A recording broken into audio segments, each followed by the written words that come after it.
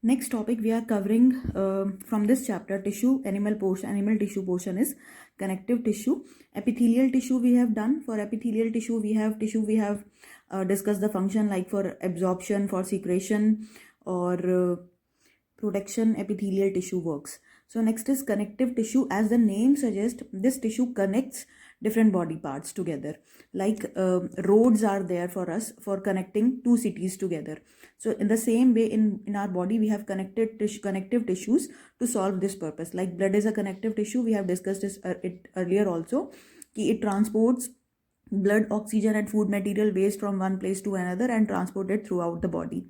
So this is now connective tissue started with us. The cells of connective tissues are loosely packed. Like in the case of epithelial tissue, we have cells are tightly packed and they are lying on on the basement membrane and embedded in a intercellular matrix. एक base liquid material या एक jelly like material या proteins material, कुछ भी एक base हो सकता है, उसके अंदर इस कनेक्टिव टिश्यू के जो सेल्स हैं वो लूजली पैक्ड और सस्पेंडेड होते हैं, एम्बेडेड होते हैं, धसे हुए होते हैं.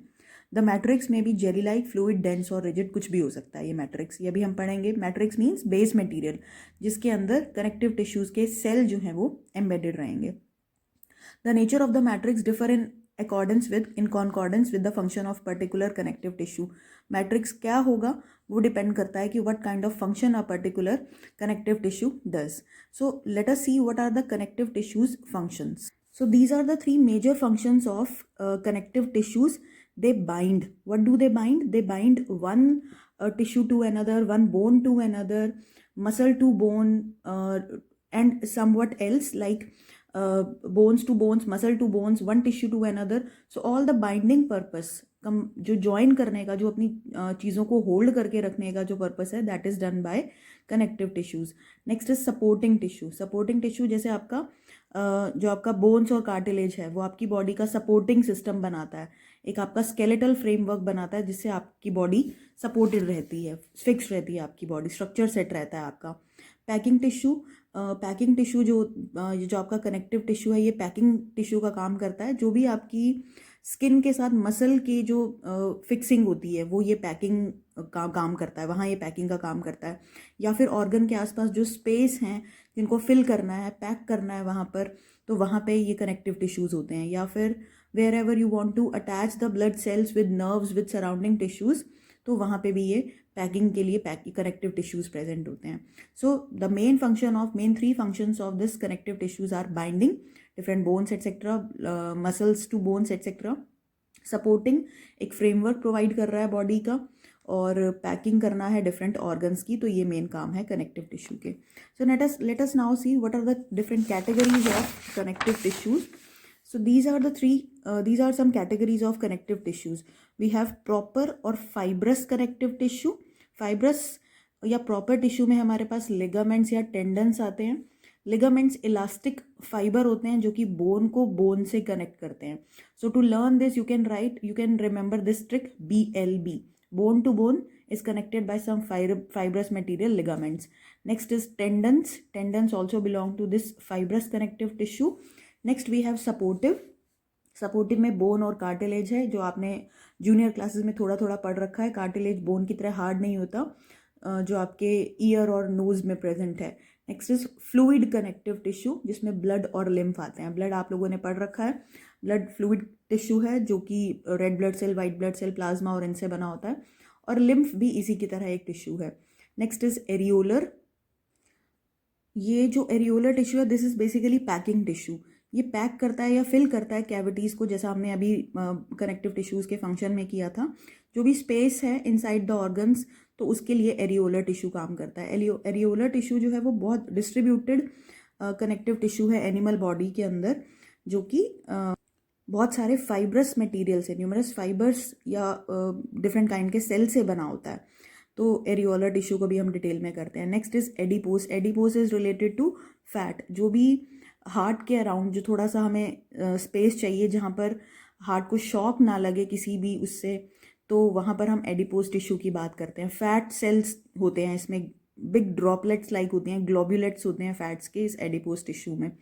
और जहाँ पे भी वार्मथ चाहिए, जो कोल्डर एरियाज़ में जो एनिमल सर्वाइव करते हैं, उनमें ये एडिपोज टिश्यूज़ होते हैं, क्योंकि उनकी बॉडी में जो फैट है उसको ज़्यादा स्टोर करने की ज़रूरत होती है ताकि बॉडी इंसुलेटेड रहे हीट लॉस से।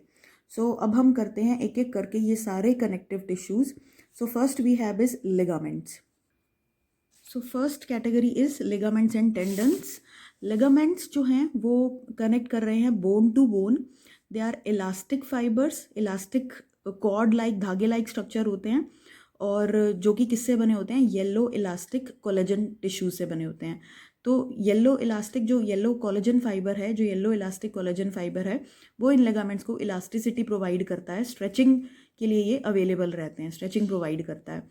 टेंडन्स जो हैं वो मसल को बोन से कनेक्ट करते हैं। MTB, muscle to bone is connected by tendons. वो टफ और इनइलास्टिक होते हैं, फ्लेक्सिबिलिटी और स्ट्रेंथ इसमें ज़्यादा होती है।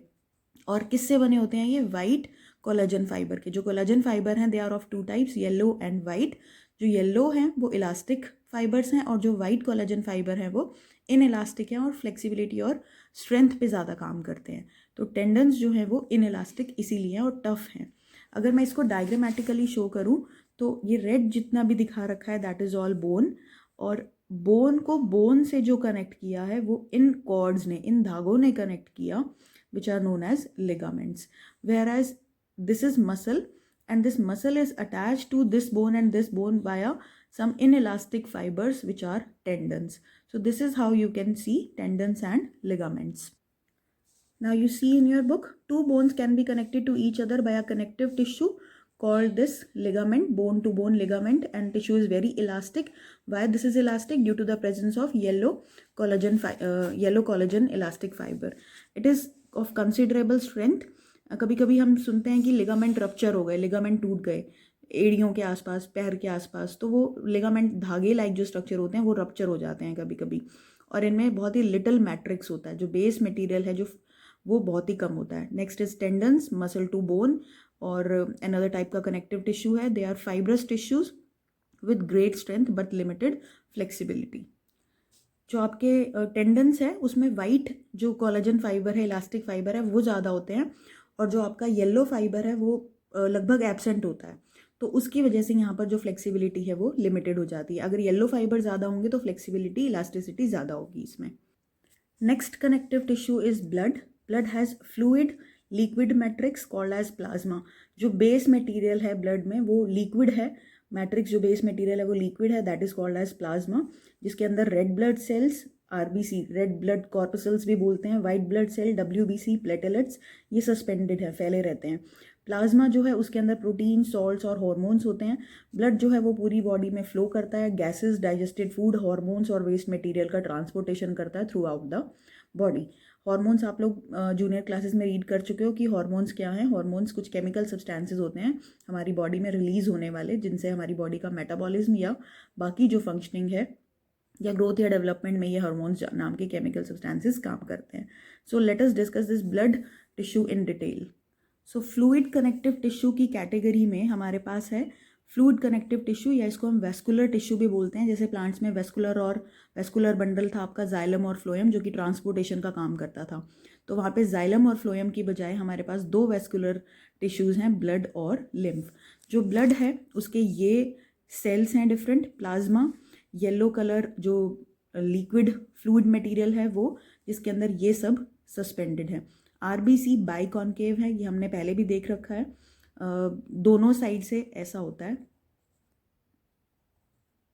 बाइकॉन्केव, अंदर की तरफ संकन होता है।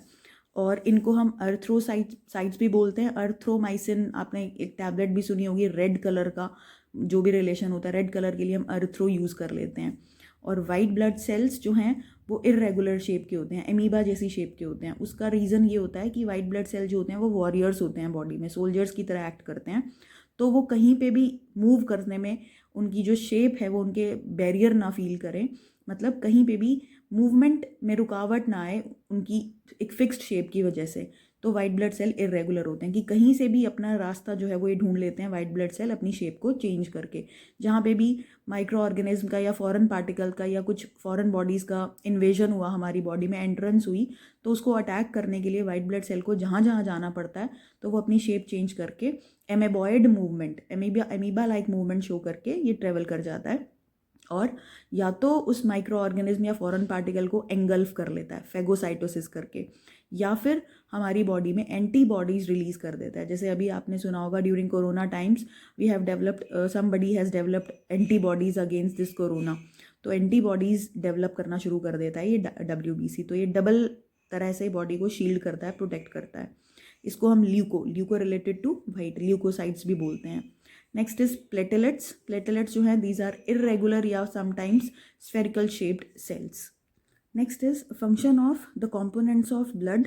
RBC जो है, RBC में एक स्पेशल ऑक्सीजन कैरिंग एक पिगमेंट होता है जिसको हम बोलते हैं हीमोग्लोबिन। आप लोगों ने जूनियर क्लासेस में पढ़ा भी होगा हीमोग्लोबिन की, जो कि आयरन रिच पैक्ड होता है ये। तो हीमोग्लोबिन से आपके ब्लड का कलर जो होता है वो रेड होता है, और हीमोग्लोबिन जो होता है वो ऑक्सीजन का कैरियर होता है, ऑक्सीजन को हमारी बॉडी में कैरी करता है और एक कॉम्प्लेक्स कंपाउंड बनाता है ऑक्सी हीमोग्लोबिन। तो ये ऑक्सी हीमोग्लोबिन जो होता है वो ऑक्सीजन के साथ रिएक्शन करके हीमोग्लोबिन बना होता है। तो next is white blood cell. White blood cell का हमने फंक्शन पढ़ लिया कि ये फाइटर्स होते हैं या फिर सोल्जर्स ऑफ द बॉडी होते हैं जो कि फाइट करते हैं। जो वाइट ब्लड सेल्स होते हैं वो हमारे पास 5 टाइप्स के होते हैं बेसिकली, लिम्फोसाइट्स, मोनोसाइट्स, एजिनोफाइल, बेसोफाइल, न्यूट्रोफाइल। तो वो फिलहाल आपकी NCERT में नहीं है तो उसको हम नहीं कर रहे, तो वो डिपेंड करता है कि किस टाइप का WBC है, उसके अकॉर्डिंग उसका एक्शन डिटरमाइन होता है। Next is your platelets. Platelets जो हैं वो ब्लड को क्लॉट करने में, ब्लड को थिकन करने में, तो वो प्लेटलेट्स काम करते हैं। जैसे अगर किसी को कट लग गया, ब्लीडिंग स्टार्ट हो गई और वो ब्लड फ्लो करता ही रहेगा, तो that will be dangerous for that species, for that human being और that individual. To stop that blood flowing out of the body, oozing out of the body, blood need to be clotted। कि एक बंदा bleeding से मर ना जाए तो उसके लिए ब्लड अपने आप खुद को क्या करता है, क्लॉट बना लेता है, थिकन कर लेता है, ताकि वो स्किन के पोर्ट से बाहर ना आ पाए। तो that is done by the platelets. Platelets जो है एक मैश सी बना लेते हैं, एक जाली सी बना लेते हैं अपने अंदर के प्रोटीन्स को यूज़ करके। फाइब्रिनोजन नाम का एक प्रोटीन होता है जो आप 10th स्टैंडर्ड में पढ़ोगे, पूरा mechanism for the blood clotting. तो वो एक वायर मैश क्रिएट कर देता है, एक जाली सी क्रिएट कर देता है प्रोटीन्स की वूंड्स के ऊपर, जिससे वूंड्स क्या हो जाते हैं, stop bleeding. Next is your plasma. Plasma में जितना भी मटेरियल है, जितने भी सब्सटेंसेस हैं, वो सारे प्लाज्मा में ही सस्पेंडेड हैं। न्यूट्रिएंट्स हो गए, हार्मोन्स हो गए, प्रोटीन्स हो गया, या फिर आपका लिपिड्स हो गए, वाइटामिन्स हो गए, कुछ स्पेशल और केमिकल सब्सटेंसेस हो गए, they are all suspended in plasma. Plasma में अप्रॉक्सीमेटली 90% तो water है and rest is mixture of all these molecules that we have just discussed. So next connective tissue और vascular tissue we have is lymph. lymph जो है, lymph में सिर्फ आपका WBC होता है along with plasma। तो lymph में कोई रेड ब्लड सेल नहीं होते, तो इसका कलर रेड ना होकर हल्का स्ट्रॉ जैसा, सूखी घास जैसा, येलो कलर जैसा, पेल येलो कलर होता है। पेल येलो भी नहीं बोलेंगे इसको, हम बोलेंगे स्ट्रॉ येलो कलर, हल्का हल्का येलो, सूखी घास जैसा येलो कलर होता है उसका। अब लिम्फ का काम क्या है कि जो भी मॉलिक्यूल्स लिम्फ में हैं वो ब्लड में एंटर करेंगे, या फिर हम बोलते हैं कि लिम्फ जो है वो एक कनेक्शन है बिटवीन ब्लड और डिफरेंट टिश्यूज़ के बीच में, कि डिफरेंट टिश्यूज़ और ब्लड को कनेक्ट करने के लिए एक और लिक्विड मीडियम है हमारे पास, लिक्विड कनेक्टिव टिश्यू है, that is called as lymph. तो ये एक ब्रिज का काम करता है बिटवीन दीज टू। अब लिम्फ क्या यहाँ से लेगा और क्या यहाँ से लेकर ब्लड को देगा, वो हम देखते हैं। ब्लड से लिम्फ में क्या जाएगा, WBC एंड फूड पार्टिकल्स, वो यहाँ पे जाएंगे, और ये WBC लिम्फ अपने आप अपने पास रख लेगा। तो अलॉन्ग विथ प्लाज्मा ये हल्का येलो कलर का अपना कलर ले लेगा। और लिम्फ जो है, लिम्फ से ब्लड में क्या जाएगा, वेस्ट जाएगा, क्योंकि लिम्फ के पास अपनी खुद की वेसल्स नहीं है इन द सेंस कि जो वेस्ट है वो लिम्फ जो है वो किडनी तक कनेक्ट नहीं कर पाता खुद को, तो वो जो किडनी का इसका पाथ है वो नहीं है, तो वो पाथ कौन प्रोवाइड करता है, ब्लड प्रोवाइड करता है। ब्लड इस वेस्ट मटेरियल को किडनी तक पास ऑन कर देता है, जो कि लिम्फ नहीं कर पाता, क्योंकि जो लिम्फ है वो डायरेक्टली कनेक्टेड नहीं है, डायरेक्ट पैसेज या डायरेक्ट वेसल नहीं है उसके पास किडनी से कनेक्ट होने की। तो वो जितना भी वेस्ट होता है लिम्फ कैरी करके डिफरेंट बॉडी पार्ट से ब्लड को प्रोवाइड कर देता है, और बाकी जो मटेरियल है वो ब्लड और लिम्फ के बीच में लिम्फ वेसल के थ्रू ट्रांसपोर्टेशन में चलते रहते हैं, ट्रांसपोर्ट होते रहते हैं। लिम्फ वेसल बहुत ही नैरो होती हैं, और वो नैरो होने की वजह से रेड ब्लड सेल जैसे बड़े साइज़ के सेल्स को होल्ड नहीं कर पाती, तो इसीलिए यहाँ पर रेड ब्लड सेल नहीं होता और लिम्फ येलो कलर का दिखता है due to presence of plasma and white blood cells. पूरे बॉडी के अंदर हमारी जैसे ब्लड के लिए ब्लड वेसल्स हैं हमारे पास, आर्टरीज, वेन्स और कैपिलरीज हैं, वैसे ही लिम्फ वेसल्स होती हैं और वो लिम्फ वेसल्स छोटे छोटे नोड्स से अराइज हो रही होती हैं।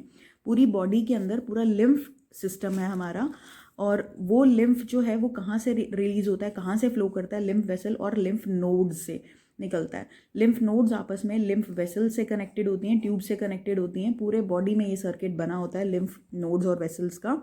और जो लिम्फ है वो आपका प्रोटेक्शन का भी काम करता है, माइक्रो ऑर्गेनिज्म से फाइट करने में, इन्फेक्शन से फाइट करने में भी लिम्फ काम करता है। तो ओवरऑल अगर मैं कंक्लूड करूं कि ब्लड का जो फंक्शन था वो ये सारा था, हीमोग्लोबिन से ऑक्सीजन कैरी करना, ऑक्सीजन ट्रांसपोर्टेशन में हीमोग्लोबिन नाम का ये जो पिगमेंट है, प्रोटीन पिगमेंट है आरबीसी में, वो काम करता है, शील्डिंग प्रोटेक्शन का काम करता है, ब्लड क्लॉटिंग का काम करता है, जितना भी मॉलिक्यूल सॉल्यूबल सब्सटेंसेस है सस्पेंडेड वो प्लाज्मा में है, तो ब्लड का ये काम है। और लिम्फ जो है, lymph also help in fighting against germs and infections. और जो भी हम मेडिसिन ले पाते हैं वो मेडिसिन एकदम से हमारी बॉडी में इफेक्ट क्यों करती हैं, क्योंकि वो जो मेडिसिन हम ले रहे हैं वो ब्लड फ्लूइड फॉर्म में है, फ्लूइड कनेक्टिव टिश्यू है, तो वो मेडिसिन हमारे ब्लड के अंदर जाके एकदम से मिक्स हो जाती है और अपना असर दिखाती है। अगर ये फ्लूइड नहीं होता तो इतनी जल्दी मेडिसिन का इफेक्ट हमारी बॉडी में नहीं होगा। कभी भी हम इंजेक्शंस देते हैं या जब भी हम मेडिसिन लेते हैं तो वो सारा हमारा ब्लड स्ट्रीम में मिक्स हो जाता है, तो इफेक्ट होना शुरू हो जाता है उन मेडिसिन या इंजेक्शंस का। Next tissue is areolar connective tissue which we have discussed in brief. This is found between 6 skin and muscles, like this was packing tissue. तो जहाँ पे भी कैविटीज़ फिल करनी है, स्पेस को फिल करना है, वहाँ पर ये मेजॉरिटी ऑफ द टिश्यू जो है ये आपका एरियोलर कनेक्टिव टिश्यू होगा, around blood vessels and nerves and in the bone marrow. It's fill the space inside the organ, that is why packing tissue, and support internal organs and help in the repair of tissues। जो आपके areolar tissues हैं इनका कोई fixed structure नहीं होता, एक mesh like arrangement होता है, फाइबर्स का अरेंजमेंट होता है जिसमें फाइबर्स हैं और ग्राउंड मटेरियल है, एक मैट्रिक्स है, तो ऐसे ही फाइबर जो होते हैं वो सस्पेंडेड रहते हैं और कोई पैटर्न नहीं होता, प्रॉपर पैटर्न नहीं होता, जस्ट लेयर या मैश ऑफ या रोज ऑफ सेल्स अवेलेबल होते हैं। तो बेसिकली दो चीज़ें होती हैं इसमें, एक मैट्रिक्स है और मैट्रिक्स जो होगा वो इसका जेली लाइक है, और जो आपका ग्राउंड सब्सटेंस है उसको हम मैट्रिक्स बोल रहे हैं, जो कि स्टिकी सा, थोड़ा ट्रांसपेरेंट सा, जेली लाइक सब्सटेंस है मैट्रिक्स। और ये लूज टिश्यू है, बहुत टाइटली पैक्ड टिश्यू नहीं होता, बहुत लूज कनेक्टिव टिश्यू होता है ये। और मैट्रिक्स के अंदर बहुत सारे फाइबर्स सस्पेंडेड हैं। जैसे अगर आप यहाँ पे देखो तो ये आपका एक टिपिकल एरियोलर टिश्यू है जिसमें फाइब्रोब्लास्ट वो जगह है जहाँ से आपके कोलेजन नाम का फाइबर जो है वो निकल रहा है। कोलेजन फाइबर जो है वो आपका येलो कोलेजन फाइबर हैं जो कि इलास्टिसिटी प्रोवाइड करते हैं, और वाइट कोलेजन फाइबर हैं जो कि इलास्टिसिटी प्रोवाइड नहीं करते, जो फ्लेक्सिबिलिटी प्रोवाइड नहीं करते, जो टफ फाइबर्स होते हैं। यहाँ पर ये हमारे पास डिफरेंट सेल्स दिख रहे हैं। एक ये रेटिकुलन फाइबर है जो कि ऐसा मैश सा, एक जाल सा बना रहा है फाइबर्स का, तो ये क्रॉस लिंक सा क्रिएट करता है, मतलब लिंकेज क्रिएट कर रहा है। जैसे अगर आप यहाँ पे देखो फाइबर के बीच में और इसका फाइबर आपस में एक लिंक सा क्रिएट कर रहे हैं, मैक्रोफेज नाम का यहाँ पे है और इसके साथ इसका लिंक क्रिएट हो रहा है। तो रेटिकुलर फाइबर जो होता है वो फाइब्रस स्ट्रक्चर होता है जो कि क्रॉस लिंक करता है between different parts of this, different portions of this particular tissue, और एक फ्रेमवर्क सा क्रिएट कर देता है। फिर है नेक्स्ट आपका प्लाज्मा सेल। जो प्लाज्मा सेल है वो एंटीबॉडीज़ प्रोड्यूस करने में हेल्प करता है या फिर इम्यूनिटी प्रोवाइड करने में हेल्प करता है। तो जो आपके एरियोलर टिश्यू जहाँ पे हमने ये रीड करा है, it helps in repair of tissues, तो ये काम जो है प्लाज्मा सेल्स या फिर मैक्रोफेज जो है ये करता है। मैक्रोफेज जो है वो क्या करता है, डिटेक्ट करता है जो भी कोई पैथोजेंस आते हैं, फॉरेन बॉडीज़ आती हैं तो उनको डिटेक्ट करता है, उनको एंगल्फ करता है और उनके साथ लड़ता है, फाइट करता है, डिस्ट्रॉय करता है उनके साथ। सिमिलरली मास्ट सेल जो हैं वो वूंड्स को हील करने में हेल्प करते हैं, इम्यूनिटी को इंक्रीज करने में, इम्यूनिटी क्रिएट करने में बॉडी में, या फिर पैथोजेंस के अगेंस्ट डिफेंस एक्शन क्रिएट करने में हेल्प करता है। तो बेसिकली जो आपका एरियोलर टिश्यू है वो पैकिंग टिश्यू के साथ साथ, स्पेस फिल करने के साथ साथ फाइब्रस टिश्यूज़ भी, फाइब्रस मटेरियल भी प्रोवाइड करता है, कोलेजन फाइबर्स के फॉर्म में हमारे पास, और वूंड्स को हील करने में इम्यूनिटी के लिए भी रिस्पॉन्सिबल है। Children, next is are adipose tissue.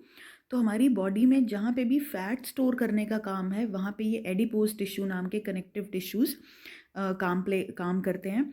तो जो भी आपके फैट स्टोरिंग या एडिपोज टिश्यूज़ हैं, ये जो आपको दिख रहा है, ये आपके कहाँ लाई करते हैं? बिलो द स्किन, या फिर जो इंटरनल ऑर्गन के बीच में, जहाँ पे भी, जैसे हार्ट के आसपास, जहाँ पे हमें कुछ कवरिंग चाहिए हार्ट के आसपास, या ब्लड वेसल्स के आसपास, या किडनी के आसपास, जहाँ पर हमें कुछ कवरिंग चाहिए, एक लेयर, एक प्रोटेक्टिव इंसुलेटिंग लेयर चाहिए, फैट की लेयर चाहिए, ताकि कुछ भी कुशन लाइक हमारे पास एक अरेंजमेंट रहे, जैसे हार्ट के आसपास शॉक ना लगे, हार्ट प्रोटेक्टेड रहे एक स्पेशल कवरिंग के अंदर। तो वहाँ पर ये एडिपोज टिश्यूज़ अपना रोल प्ले करते हैं। तो जो आपके ये एडिपोज टिश्यूज़ हैं, ये जो आपको दिख रहा है ये एडिपोज टिश्यूज़, ये बेसिकली फैट स्टोरिंग टिश्यू है, जिसमें जितना भी मैट्रिक्स है वो सारा मैट्रिक्स किससे भरा हुआ होता है? बड़े बड़े से। जैसे अगर आप इसमें देखो तो ये जो है आपके फैट ग्लोब्यूल से बना हुआ होता है। बिगर जो आपको ग्रीन ड्रॉपलेट्स दिख रही हैं, ये आपका क्या है? ये जो बिगर ड्रॉपलेट्स आपको दिख रही हैं,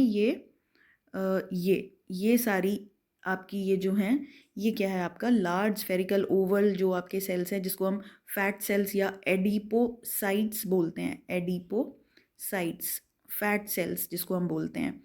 तो ये है इसका मैट्रिक्स, और हर जो फैट सेल है वो लार्ज, एक बड़ा सा आपको एक फैट ग्लोब्यूल की तरह आपको दिखता है ये।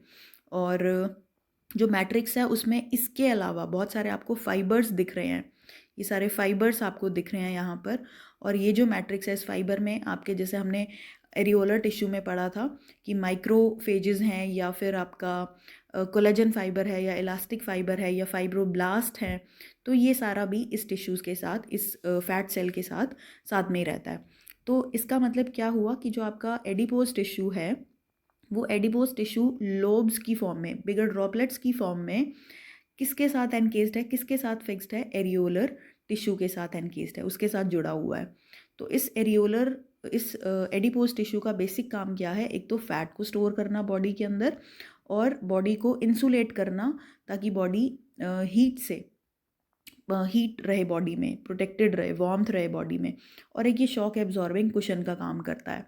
बेसिकली आपको ये जो भी वेल्स के अंदर है, ये एक इंसुलेटिंग फैटी मटेरियल की तरह दिखेगा आपको, या फिर कैमल का जो हम्प है उसके अंदर भी आपको एडिपोज टिश्यू मिलेगा।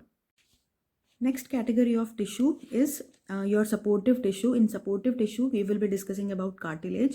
About this cartilage, we have done in junior classes also, that cartilage is present in bones and ears, ends of the nose, वहाँ पे भी मिलते हैं आपको ये, या फिर रेस्पिरेटरी जो डक्ट्स होती हैं, ट्यूब्स होती हैं, वहाँ पे भी आपको उसकी वॉल्स में ही आपको कार्टिलेज मिलता है।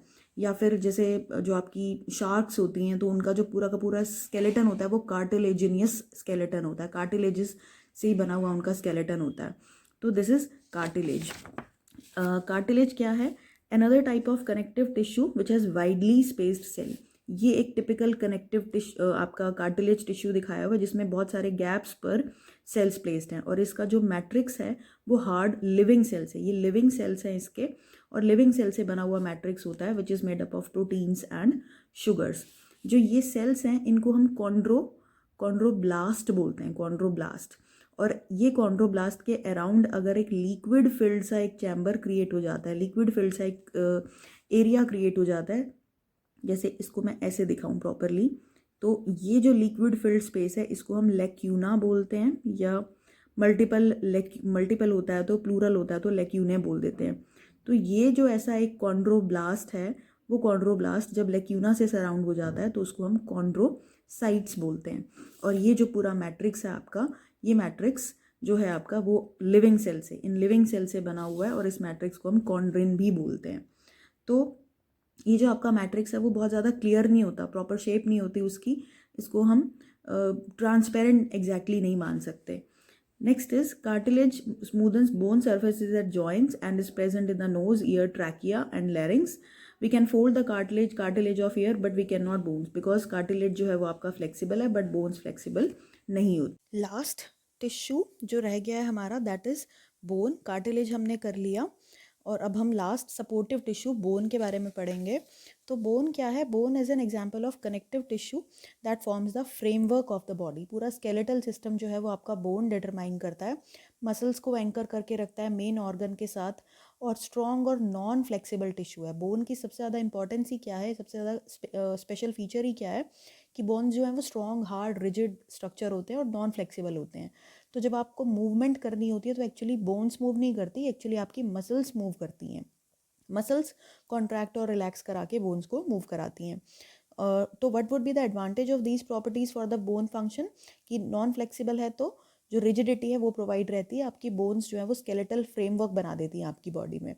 और जो बोन सेल्स हैं जिनको हम स्पेशल सेल्स बोलते हैं, ऑस्टियो सेल्स या फिर ऑस्टियोब्लास्ट बोलते हैं हम इसको। तो ऑस्टियोब्लास्ट जो होते हैं स्पेशल बोन सेल्स का नाम है एम्बेडेड इन हार्ड मैट्रिक्स। और मैट्रिक्स किसका बना होता है? कैल्शियम और फॉस्फोरस के कंपाउंड्स का। जो कि जब जैसे हम बोलते हैं कि bones are made up of calcium, तो एक्चुअली वो कैल्शियम और फॉस्फोरस जो है वो हार्डेस्ट सब्सटेंस है जो बोन का basic material, basic packing material जिसको आप बोल सकते हो, या बेसिक ग्राउंड मटेरियल जो है मैट्रिक्स है, वो कॉन्स्टिट्यूट करते हैं। अब हम देखते हैं कि जो बोन सेल्स हैं वो है कैसा। ये ऐसा कुछ दिखता है आपको, haversian canal containing blood vessel and nerve fibre. अब ये चीज़ क्या है, इसको देखते हैं। ऐसा कुछ दिखता है आपका जो बोन सेल होता है। एक कॉम्पैक्ट जो बोन होती है आपकी, वो उसमें ऐसा है कि ये लिविंग सा सेल होता है जिसको हम ऑस्टियोसाइट या ऑस्टियोब्लास्ट बोलते हैं। और जो कि कहाँ पे एक इसके सराउंडिंग में क्या होता है, सारा मैट्रिक्स होता है, मैट्रिक्स ऑफ कैल्शियम और फॉस्फोरस उसमें एम्बेडेड होता है, उसमें फिक्स्ड होता है। जो ऑस्टियोसाइट्स या ऑस्टियोब्लास्ट होते हैं उनके अराउंड एक लिक्विड फिल्ड होता है, लेक्यूना, जैसे अभी हमने आपका एरियोलर टिश्यू में भी पढ़ा था, लेक्यूना होता है। तो ये फ्लूइड फिल्ड सराउंड कर लेता है इन ऑस्टियोसाइट्स को। और ये जो ऑस्टियोसाइट्स हैं इनके आसपास कुछ ऐसे कुछ कैनाल्स सेट हो जाती हैं जिसको हम कैनालिक्यूली बोल देते हैं, और जिसके थ्रू ब्लड वेसल्स या नर्व्स के एंट्री या एग्जिट हो जाती है, जिसके थ्रू आपका जो मिनरल्स है या फूड मटेरियल है या जो नरिशमेंट या न्यूट्रिशन प्रोवाइड करना होता है, एक्सचेंज ऑफ मटेरियल होता है, वो इन कैनाल्स के थ्रू पॉसिबल होता है इस ऑस्टियोसाइट में, क्योंकि लिविंग सेल है तो इसको नरिशमेंट चाहिए। तो that is done by this canaliculi. ये कुछ आउटग्रोथ्स समझ लो, कुछ स्ट्रक्चर्स हैं जो इस पूरे स्ट्रक्चर से बाहर की तरफ आउटग्रोथ्स की फॉर्म में निकले हुए होते हैं। अब ये जो आपका ये जो स्ट्रक्चर है, ये जो आपका एक ऑस्टियोसाइट से सराउंडेड है कैनालिक्यूली से और मैट्रिक्स से, ये एक्चुअली एक सिंगल सेल की हम बात कर रहे हैं। ऐसे कई सारे सेल्स अपने आप को इस तरह से, जो आपको ये ऐसे ये दिख रहा है, ये एक्चुअली ये पॉइंटेड क्यों है, क्योंकि ये जो आउटग्रोथ्स हैं वो इसको माइक्रोस्कोपिक लेवल पे अगर हम देखें तो वो ऐसा सा दिखता है, इस तरह से छोटे छोटे, जैसे एक सेंटर में एक फ्लावर हो गया और उसके अराउंड ऐसा कुछ हो गया। तो ये जो बहुत सारे ऑस्टियोसाइट्स हैं ये कंसेंट्रिक रिंग्स की फॉर्म में अपने आप को अरेंज कर लेते हैं, जिसको हम क्या बोलते हैं, हेवर्सियन कैनाल हम बोल देते हैं। तो इस तरह से आपके बहुत सारे ऑस्टियोसाइट्स एक कंसेंट्रिक लूप्स में अपने आप को अरेंज कर लेते हैं। अगर आप इसको ऐसे देखो तो ये बहुत ब्रॉड स्पेक्ट्रम में अगर हम देखें तो वो हमें कुछ ऐसा दिखता है, और डीपली अगर हम देखें तो वो हमें ये जो छोटे छोटे आपको दिख रहे हैं ये ऑस्टियोसाइट्स जो हैं, जिनके अराउंड प्रोटोप्लाज्मिक ये आउटग्रोथ्स कैनालिक्यूली निकली हुई हैं, और ये ऐसी कुछ आपकी ये हेवर्सियन कैनाल बन गई जिसके अंदर ब्लड सेल्स और नर्व फाइबर्स भी प्रेजेंट है। तो जो आपका ये जो मैट्रिक्स है, जो इसका बोन्स जो आपका टिश्यू है, इसका जो मैट्रिक्स है वो बेसिकली फाइबर से, कुछ स्पेशल कोलेजन फाइबर से बना होता है या कुछ प्रोटीन से बना होता है। इसके अलावा बाकी जो है उसमें वो सारा आपका हार्ड मटेरियल है, कैल्शियम और फॉस्फोरस का मटेरियल है। और जितने भी आपके कैल्शियम और फॉस्फोरस जो मैट्रिक्स प्रेजेंट है इसके सराउंडिंग में, तो वो इस बोन सेल्स को हार्डनेस प्रोवाइड करता है। नेक्स्ट है कि जो आपका बोन है उसका फंक्शन क्या है। एक तो वही सपोर्ट प्रोवाइड करता है, दूसरा प्रोटेक्शन करता है, जैसे हमारे रिब केज के अंदर जितने भी डेलिकेट ऑर्गन्स है वो सब प्रोटेक्टेड हैं, तो बोन्स सपोर्ट के साथ साथ प्रोटेक्शन का भी काम करता है। Next last portion of this connective tissue aspect is we have cartilage and bones difference. So the difference between cartilage and bone that you have done in your junior classes also. One prime difference is cartilage is soft, it can be bent, whereas bones are hard. They are immovable, rigid, tough, inelastic, whereas cartilage are soft, elastic and flexible. Cartilages are made up of these collagen fibers and proteins, glycoproteins, but whereas bones are made up of inorganic plus organic. Inorganic में आपका आता है calcium and phosphorus matrix, और organic में यही सारा आपका collagen fibres और प्रोटीन्स। तो ऑर्गेनिक और इनऑर्गेनिक दोनों मटेरियल से बना होता है। जनरली जो बोन्स है हमारी, उसमें हमारा ब्लड सप्लाई रहती है, क्योंकि लेक्यूना के आसपास या जो हवर्सन कैनाल है वहाँ पर फूड सप्लाई और ब्लड सप्लाई और नर्व सेल्स की प्रॉपर, नर्व्स जो है वो प्रॉपर है वहाँ पर कार्टिलेज में ये सब नहीं है, इसमें जनरली ब्लड सप्लाई नहीं होती। So with this we have completed our connective tissue. So in connective tissue we have all these things, ligaments, tendons. They were of fibrous nature because they are made up of yellow collagen fiber and these are made up of white collagen fiber. White collagen होने से ये flexible नहीं रहते, ये flexible रहते हैं, elasticity ज़्यादा रहती है, बोन टू बोन कनेक्ट करते हैं और मसल टू बोन कनेक्ट करते हैं। नेक्स्ट सपोर्टिव में हमने बोन और कार्टिलेज पढ़ा। जो बोन था that is made up of your osteocyte cells और उसके अराउंड क्या होता है, मैट्रिक्स प्रेजेंट होता है कैल्शियम और फॉस्फोरस का। लेक्यूना ऑस्टियोसाइट को सराउंड कर लेता है जिससे एक स्पेशल सा स्ट्रक्चर बन जाता है और वो जो सेल्स होते हैं लेक्यूना से सराउंडेड वो अपने आप को एक कंसेंट्रिक रिंग्स में अरेंज कर लेते हैं and these rings are called as Haversian canal. Next was your fluid connective. Fluid connective में हमारे पास दो कैटेगरी थी, ब्लड एंड लिम्फ। ब्लड में डिफरेंट सेल्स थे, RBC, WBC, platelets and plasma, जिनका हर एक का अपना अपना फंक्शन था। और लिम्फ जो था वो ब्लड को सपोर्ट ही करता है, जितने भी ब्लड और ऑर्गन्स के बीच में या डिफरेंट टिश्यूज़ के बीच में ट्रांसपोर्ट होता है वो लिम्फ का काम होता है। एरियोलर एंड एडिपोज टिश्यूज़, जो आपका एडिपोज टिश्यू है वो फैट स्टोर करने के लिए, इंसुलेशन के लिए, हीट एब्जॉर्ब करने के लिए शॉकर की तरह बिहेव करता है। वेराज जो एरियोलर टिश्यू है दैट इज़ पैकिंग टिश्यू, जहाँ पे भी कैविटीज़ हैं और उसके आसपास जो हार्ट, जो आपका एरियाज जहाँ पर ऑर्गन के आसपास का हमें स्पेस फिल करना है तो, या फिर स्किन को मसल से अटैच करना है तो वहाँ पर ये एरियोलर टिश्यू काम करता है। और ब्लड वेसल्स और नर्व्स को और सराउंडिंग टिश्यूज़ को अटैच करने में ये आपका एरियोलर टिश्यू हेल्प करता है। सो ये सारा आपका कनेक्टिव टिश्यू ओवर।